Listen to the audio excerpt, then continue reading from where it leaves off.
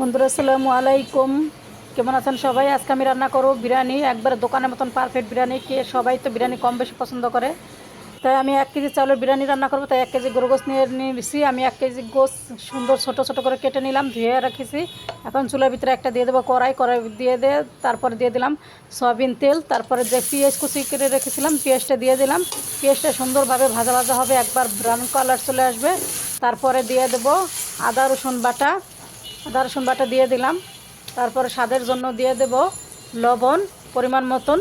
তারপরে দিয়ে দেব মশলা, গরম মশলা, দারচিনি, এলাচ, তেজপাতা, লং, এগুলো দিয়ে দিলাম। তারপরে দিয়ে দেব একটু স্বাদের ঝালের জন্য আর একটু কালারের জন্য দিয়ে দিলাম গুঁড়ামরিচে ফাঁকি। আর তারপরে দিয়ে দিলাম জিরা বাটা, তারপরে দিলাম জিরা গুঁড়ি, আর দিয়ে দিছি ছোট গোলমরিচের বাটা। এগুলো দিয়ে সুন্দরভাবে কষিয়ে নেব। খুব সুন্দরভাবে কষাতে হবে, যতটা সময় কষাবেন যে একবার উপরে তেল চলে আসছে। দেখেন কত সুন্দর তেল চলে আসছে। এখন এসে পারফেক্ট একবারে কষানো। তারপরে দিয়ে দিলাম কিছু কাঁচামরিচ। এখন দিয়ে দেবো যে গোশটা আমি ধুয়ে রেখেছিলাম, ওই গোশটা দিয়ে দিলাম। গোশটা দেওয়ার পরে সুন্দরভাবে কিছুক্ষণ সময় আপনি ভালোভাবে একটু কষায় নেবেন, যে সবটি গোশের সাথে যেন একসাথে মশলাগুলো লেগে যায়, সেইভাবে কষায় নিতে হবে। কষানো হয়ে গেলে তারপরে অন্য একটা চুলার ভিতরে আমি কিছুটা গরম পানি বসাই দিছি।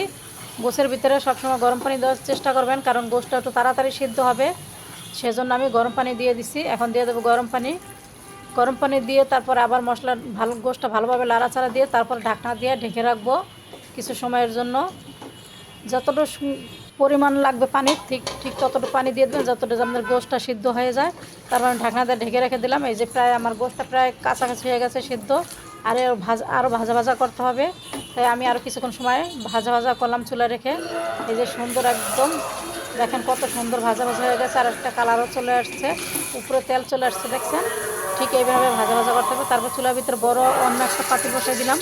তারপরে দিয়ে দিচ্ছি পেঁয়াজ কুচি, তারপর দিয়ে দেবো সয়াবিন তেল। এখন সুন্দরভাবে ভাজা ভাজা করবো। পেঁয়াজটা ভাজার হতে আমি চালটা ধুয়ে নিলাম। এখন তারপর দিয়ে দেবো, পেঁয়াজটা সুন্দর কালার চলে আসছে, তারপর দিয়ে দিলাম আদা বাটা, তারপর দিয়ে দিলাম এলাচ, দারচিনি, লং, আর পরিমাণ মতন লবণ। এগুলো দিয়ে ভাজা ভাজা করে তারপর যে চালটা ধুয়ে রেখেছিলাম ওই চালটা আমি দিয়ে দিলাম।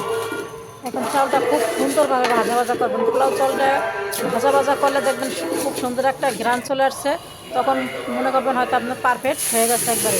তারপরে 1 কেজি চাউলের জন্য 2 কেজি পানি দিতে হবে, তাই আমি মগ মেপে তারপরে 2 কেজি পানি দিয়ে দিচ্ছি। গরম পানি, সবসময় পোলাও বা বিরিয়ানি রান্না করার জন্য গরম পানিটা দেওয়ার চেষ্টা করবেন, তবে আপনার ভাতটা খুব সুন্দর ঝরঝরা হবে। সেজন্য আমি মগ মেপে পানি দিচ্ছি। এই দেখুন আমার পানি দেওয়া শেষ।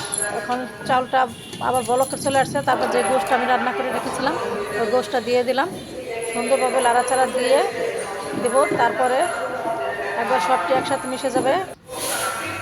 ভাতে যখন পাতিলে পানি থাকবে একটু তখনই দিয়ে দিবেন গোশটা, তখন দেখা যায় সব মশলাগুলো একসাথে ভাতের সাথে মিশে যাবে। তারপরে সুঘ্রাণের জন্য দিয়ে দিলাম কয়েকটা কাঁচামরিচ, আর দেব ঘিটা অবশ্যই দিতে হবে। ঘিটা দিলে সবচেয়ে বিরিয়ানির ঘ্রাণটা খুব সুন্দর আসে। দেখেন পারফেক্ট একদম ঝরঝরা হয়ে গেছে আমার বিরিয়ানিটা, মাশাআল্লাহ কত সুন্দর দেখেন হয়ে গেছে, আর কালারও চলে আসছে। আমি কিন্তু ঘরে যা উপকরণ ছিল তা দিয়েই রান্না করলাম। তাই দেখেন আমি প্লেটে বেড়ে নিয়েছি এখন সবাই খাওয়ার জন্য। তো আমার কেমন হলো আমার ভিডিওটা, যদি ভালো লাগে লাইক কমেন্ট শেয়ার করবেন, আর নতুন ভিডিও দেখতে হলে সাবস্ক্রাইব করবেন। সবাই ভালো থাকবেন, আল্লাহ হাফেজ।